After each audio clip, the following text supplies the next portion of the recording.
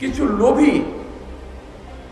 লোভী রাজনীতিবিদ আছেন, কিছু লোভী রাজনৈতিক দল আছে, কিছু রাজনৈতিক দল আছে যারা শুধুমাত্র বিরোধিতার জন্য বিরোধিতা করে, কার্যকর কোনো বিরোধিতা নয়। এই দলগুলো পাকিস্তান সৃষ্টির লগ্ন থেকে, ভারত বিভক্তির থেকে শুরু করে আজ পর্যন্ত শুধু বিরোধিতাই করে গেল। দেশ প্রেমের লেশ মাত্র তাদের ভিতরে নাই।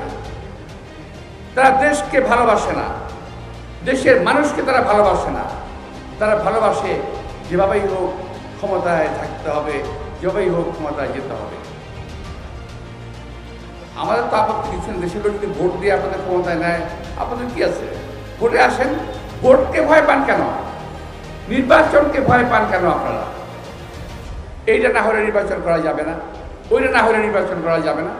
আরে ভাই, 17 বছরে বহু নেতার ফাঁসি হয়েছে, 17 বছরে বহু নেতাকর্মী গুম হয়েছে, 17 বছরে বহু নেতাকর্মী খুন হয়েছে।